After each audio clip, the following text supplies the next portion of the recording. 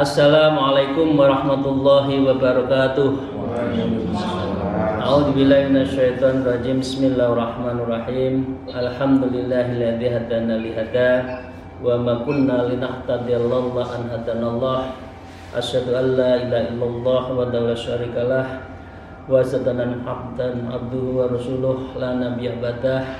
A'udzubillahi minasyaitonir rajim. Bismillahirrahmanirrahim. Ya ayyuhalladzina amanu taqullaha wa kunu ma'ash-shadiqin, amma ba'da.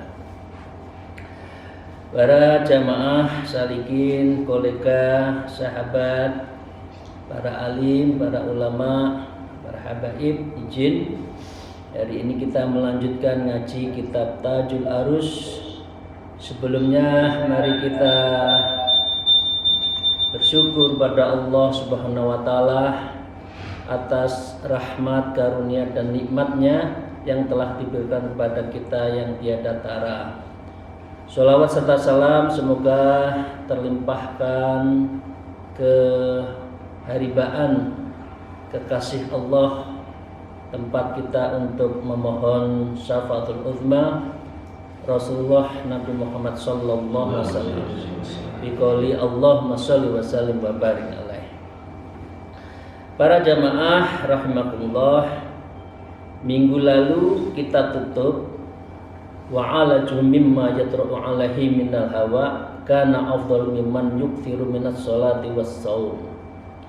Jadi orang yang selalu menjaga hatinya dan tertuju tersambung dengan Allah, dan dia itu adalah mampu yatra, mampu memutus dari hawa nafsunya, karena afdalu mimma yukthiru minas sholati was shaum. Orang seperti ini lebih baik daripada memperbanyak sholat dan puasa, tetapi ini pengertiannya sholat yang sunat dan puasa sunat, bukan yang wajib. Karena logikanya kalau orang hatinya sudah zikrullah setiap saat, ya pasti dia mukasyafah, pasti mempunyai hubungan yang tersingkapkan apapun yang ada di dunia ini dari nurullah, dari hatinya disinari oleh Allah. Sehingga orang yang sholat, orang yang puasa lalai, nah ini pengertiannya adalah itu lebih jelek daripada lebih baik adalah orang yang hatinya itu tertuju, ketungkul mencintai Allah terus setiap hari. Nah, karena itu seringkali orang melakukan sholat dan melakukan puasa itu lalai, tidak dalam posisi menghadap kepada Allah yang sebenarnya. Karena itu kita lanjutkan para salikin, para jamaah rahmatullah. Wa qala al-muallif fi hadzal kitab wa nafallahu bi ulumiha fid dharain amin ya rabbal alamin. A'udzubillahi minasyaitonir rajim. Bismillahirrahmanirrahim. Mithalu man shalla sholata bi ghairi huduri qalbin kana kaman ahwa lil malik mi'ata sunduqatin fazikhatin fa yastahiqul 'uqubata minal malik yadhkuruhu 'alaihi ta'iman. Mithalu diumpamakan man siapa sholla yang sholat bi ghairi, sholatnya itu tidak menghadirkan bi hudur, ya selain tidak menghadirkan fi hudurikul qalbin, hatinya tidak datang, hatinya tidak hudur, hatinya tidak tawajuh kepada Allah, ya karena orang seperti ini sholatnya kaman seperti orang yang ahda memberikan sesuatu hadiah lil malik kepada seorang raja. Tapi apa yang diberikan? Mi'atan sunduqatin, 100 sunduk, 100 bukan sunduk ayam, sunduk sate ya. Sunduqatin itu kotak, farighatin yang kotaknya itu kosong. Fa yastahiqqul 'uqubah, orang yang seperti ini dia pasti yastahiq, ya mempunyai hak, ya uqubatih akan disiksa minal malik dari seorang rajanya, yadkuruhu alaihi daiman, bahkan seorang raja tuannya, bosnya itu akan ingat, wah ini si A itu main-main, masa saya ulang tahun dikasih hadiahnya kotak kosong. Nah ini seperti halnya kita sholat, Bapak Ibu sekalian, Allahu Akbar, tapi kepala kita kepala kita, pikiran kita itu sudah yang ingat, yang dulunya tidak pernah ingat, tapi begitu sholat ingat. Saya tidak tahu apakah masih ada orang yang sholat seperti ini ya. Allahu Akbar, ketika takbiratul ihram, begitu juga sudah berderet-deret masalah yang lupa itu muncul. Tes. Sampai salam pun, loh ini sudah salam ya. Imamnya juga kadang-kala ngimamin. Nah, makmumnya itu tidak merasa menjadi makmum, hanya melakukan gerakan fisiknya, melakukan dan mengikuti gerakan imamnya. Tahu-tahu sudah kaget, loh kok sudah salam? Lah memang 4 rakaatin tadi kita kemana ini? Nah, orang yang sholat hatinya tidak khudur, ya, seperti Anda kita menghadap Allah, tangan kosong, pikiran hambar, yang pikirannya itu kemana-mana. Nah, kalau sudah seperti ini, pastikan Allah ingat, si A itu sholatnya main-main, ya, fisiknya menghadap saya, tapi pikirannya, otaknya, perasaannya, batinnya tidak bersama saya, maka fayastahiqul ubah, orang ini pantas untuk disiksa. Dan Allah akan selalu ingat, apalagi Allah tidak mempunyai hak yang tidak pernah lupa. Nah, karena itu yang terpenting tadi adalah hati kita itu harus tertuju, faman tashghala qalbuhu billah. Jadi hati kita itu harus ketungkul, kesengsem, harus menjatuhkan mahabbah dan cinta kita pada Allah itu setiap halin waktin, ya, wal makan, setiap waktu, setiap saat, situasi dan tempat. Nah, dengan inilah kita akan mendapatkan, ya, yukfiru minas sholati wassaum, kita akan mendapatkan sholat yang baik dan puasa yang baik. Kadang-kadang orang lupa sholatnya, tetapi amalnya yang lain ditambah, tapi sholatnya tidak baik. Saya lanjutkan, wa qolal mu'alif bihadal kitab, wa man shollaha bi khuduril qalbi kana kaman ahdalahu yakutan tusawi al-fatinarin fa innal malik yadhkuru alaihi daiman. Sebaliknya, para sadiqin, para sahabat, jamaah semua, waman dan siapa orang sholah yang melakukan sholat bihuduril qalbi, dengan menghadirkan secara total kolbunnya. Bapak Ibu sekalian, di dalam jiwa kita itu ada 4 titik, ada 7 titik yang kita hadirkan dalam sholat. Yang pertama adalah kelembutan latifatul qalbi kita. Setelah itu ada latifatul ruh kita, kelembutan ruh kita, latifatul sir, ya, latifatul akhfa, khofi. Itu semua harus disentuhkan, selain latifatun natikoh otak kita, dan titik-titik lembut di dalam askara, di dalam jawarih, alat perangkat kita itu dihadirkan kalau sholat. Karena sesungguhnya namanya jantung, namanya limpa, namanya ginjal itu hadir di dalam sholat. Kalau kita pakai pendekatan sholat dengan memakai latifatul dzikr, dzikir latifah, itu bisa menghadirkan kelembutan hati, sehingga kita sholat itu adalah bihuduril qalbi. Seringkali yang ada itu sholatnya fisik, tapi kolbunnya kemana-mana, otaknya kemana-mana. Nah, insya Allah kalau kita sudah as-sholah bihuduril qalbi, kita bisa melakukan sholat dengan menghadirkan qalbi, kana kaman ahdah lo yakut, orang seperti ini seperti halnya orang yang ahda memberi hadiah yakutan berlian. Bapak, ibu, bapak, khususnya ibu-ibu, kalau dihadiahi suami berlian, ya itu apa itu? Sesuap nasi segenggam berlian, nah, gitu kan?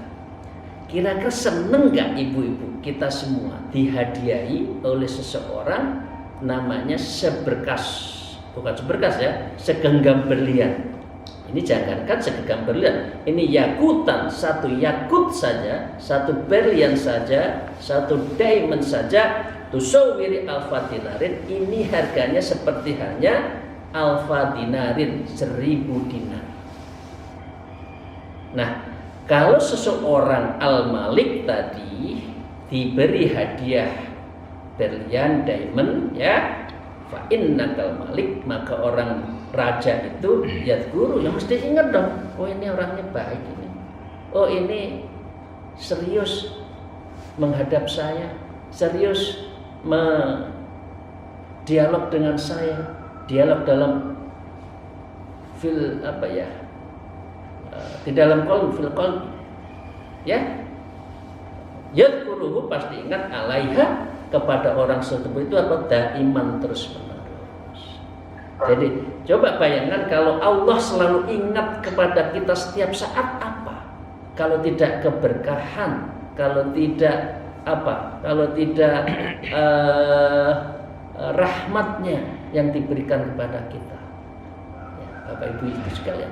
Nah, karena itu mari kita belajar namanya sholat bihudhul qalbi. Bihudhul qalbi itu dimulai sejak dari wudhunya yang benar.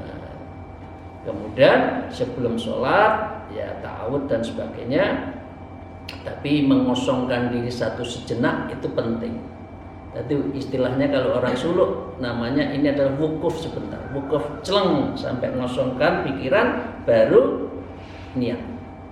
Itu baru dari situlah insyaallah ilahi anta maksudi wa tukan matlubi, baru doa, dan setelah itu melakukan sholat. Insyaallah dengan cara itu sedikit kita akan belajar untuk bisa lebih huduril qalbi, ya, inda sholat, ketika sholat. Para salikin, saya lanjutkan. Wa qala al-muallif fi hadzal kitab idza dakhalta fis shalah fa innaka tunajilla subhanahu wa ta'ala wa tukallimu Rasulullah sallallahu alaihi wasallam li annaka taqulu assalamu alayka ayyuhan nabiyyu, ya, wa rahmatullahi wa barakatuh, wa la yuqalu ayyuhar rajul indal arab illa liman yakuna hadiran. Ini artinya hudur itu di sini. Idza dakhalta fi shalah, apabila kita itu sudah masuk dakhalta atau sudah mulai prosesi salat, fa innaka, maka sesungguhnya kita itu subah tunajillah, kita sudah bermunajat subhanahu wa ta'ala kepada Allah subhanahu wa ta'ala, wa tukallimu, dan tukallim, dan berdialog, ya, Rasulullah sallallahu alaihi wasallam. Nah, jadi jangan diartikan bahwa sholat kita itu hanya sebatas sepihak. Ini maaf ya, bedanya doa dengan munajat itu. Kalau doa itu one side, the other side is X and the other side is A.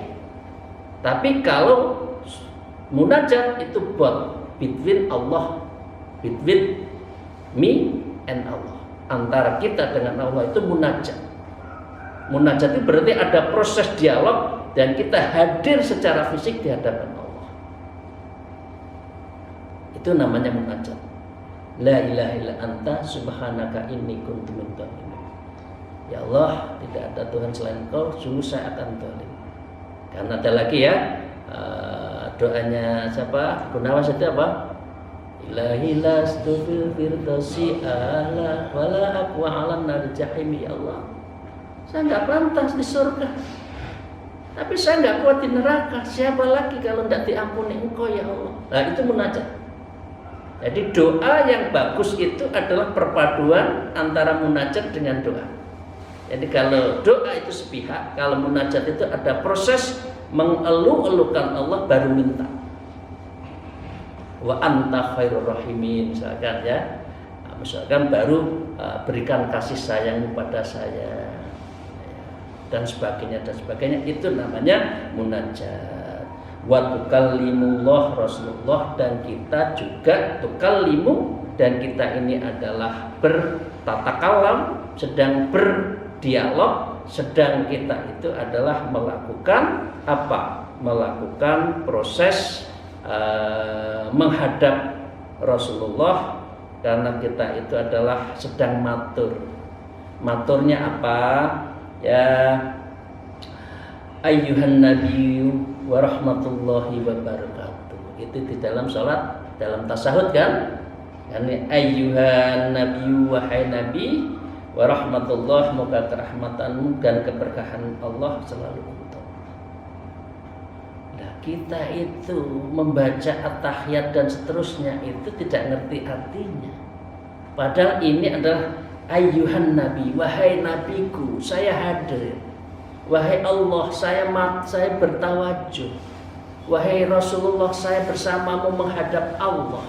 Jadi kalau dengan cara ini, berarti tangan kita itu digandeng oleh Rasulullah bersama Allah di dalam sebuah munajat melalui viyanya adalah sholat. Karena itu mengapa sholat itu mi'radul mu'minin ini. Maknanya sholat sebagai mi'radnya kaum mukminin itu di sini. Berarti kan mi'rad itu kan ke atas. Masa yang kita ingin sholat itu kanan kiri, tetangga, teman, teman punya apa, bajunya apa, teman saya mobilnya baru, dari mana ya? Otak itu langsung menganalisa kalau sudah sholat ini seseorang punya apa itu dari mana? Nah, ini tidak pas, ya. Wala yuqalu ayyuhar rajul, dan kita sholat tidak dikatakan ayyuhar rajul, wahai orang laki, enggak. Indal Arab, dan ini dilakukan di dalam Arab illa lima yakuna hadiran, dan ini hanya untuk orang yang hadir. Berarti kita sholat itu hadir bersama Rasulullah menghadap pada Allah. Itu ya. Nah, saya lanjut ya. Wa qala al-mu'allif hadal kitab raqnatani bil laili khairun min alfi bin nahari wa anta la tusalli fihi raqnatan illa litajida dzalik fil mizan. Ya. Dari para sahabat, raqnatani bil laili, 2 rakaat dilakukan pada sholat malam, khairun itu lebih baik min alfin bin nahari, yang dilakukan di dalam siang hari. Tapi sholat malam itu berat atau ringan ya? Berat ya? Ya, kita sudah masuk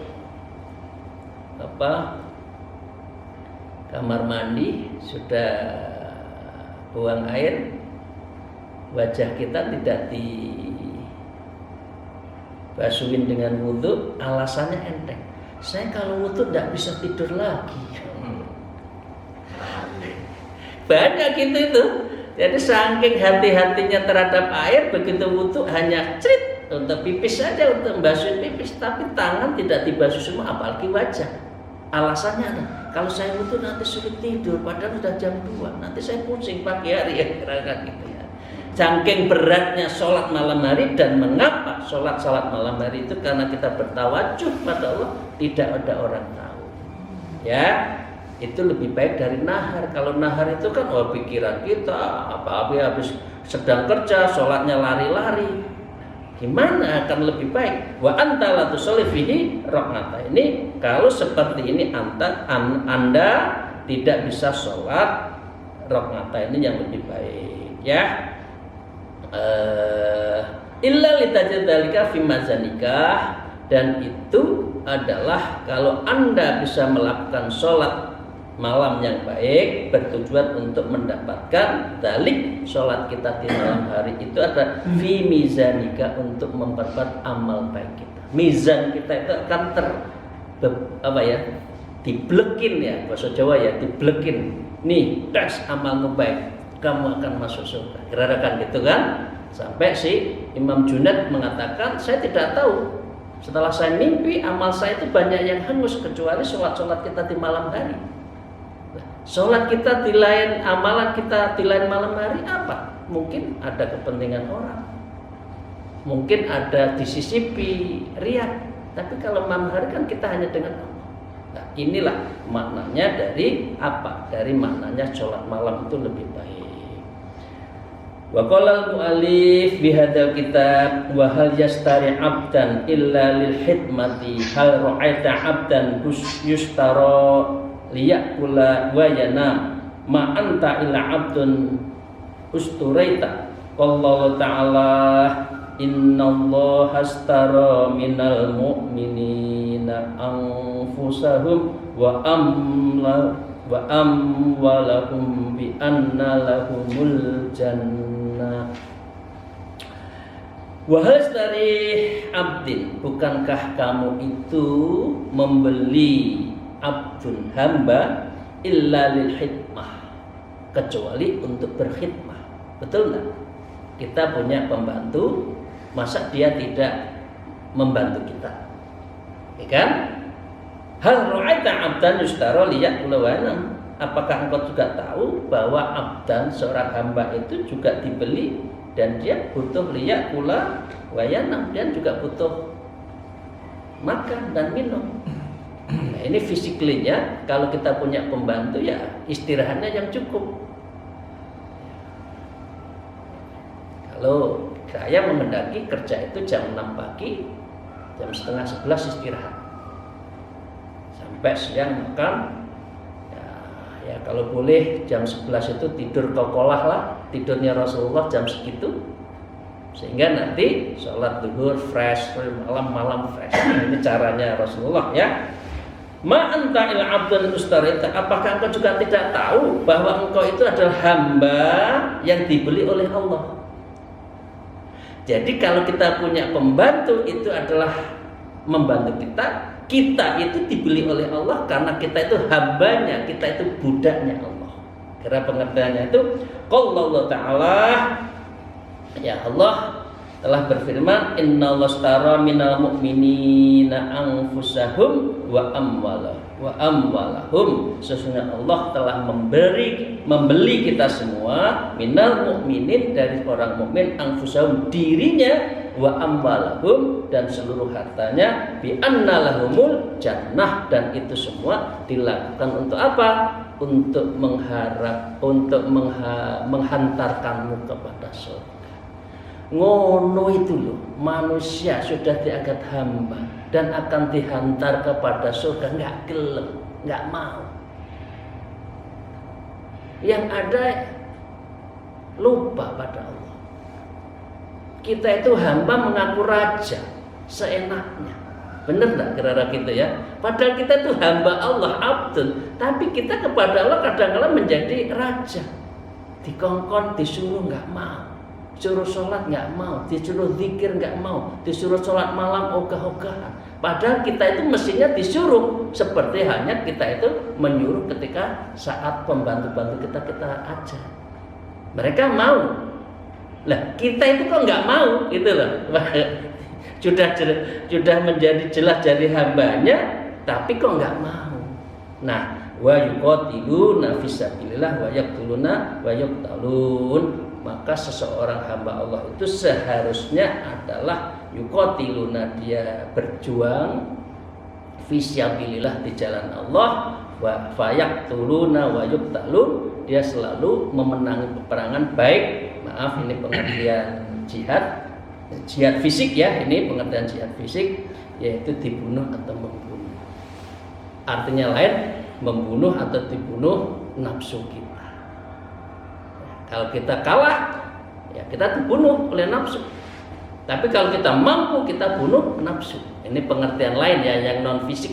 Ya, kadang-kadang orang mengatakan fayaqtuluna wa yuqtalun itu dalam perang yang saling membunuh, boleh demonstrasi, boleh ngebom itu ya, apalagi sesama muslim, itu enggak benar. Saya lanjutkan. Malam yulzimu nafsahu lizamatahu wa malam yutalibha talibathu. Falau ja'alta 'alal afqala bitta'at lama talabatta bil maksiyah wala makanat tatafarruh laha. Jadi ini ya para salikin, ya saya lanjutkan ya. Malam yulazim nafsul jamaah, barang siapa yang tidak menetapkan dan mengendalikan nafsunya lizamatin, maka dengan demikian nafsu itu yang akan mengendalikan kita. Nafsu itu bukan dibuang, tapi nafsu itu dikendalikan. Manusia kalau tidak punya nafsu, ya itu bukan manusia. Karena manusia itu ada 4, ada qalbun, ada nafsu, ada nakid, natikoh otak, dan ada askaron panca indera. Itu di mana otak kita itu diperintah oleh nafsu atau diperintah oleh qalbun. Kalau diperintah oleh qalbun berarti kita taat. Tapi kalau diperintah oleh nafsu berarti maksiat. Kalau sudah itu perintahkan otak, otaknya memerintahkan pada askar.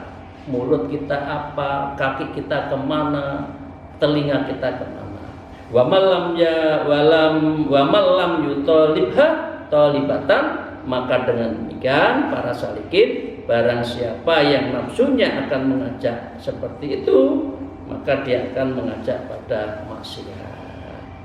Falau ja'alta 'alal athqala bi ta'at, ya kalau seseorang itu mau menjadikan amal taat, ya askola bi ta'at, walaupun taat itu berat, lama talabta bil maksiat, maka nafsu itu juga tidak berkesempatan untuk mengajak kita maksiat.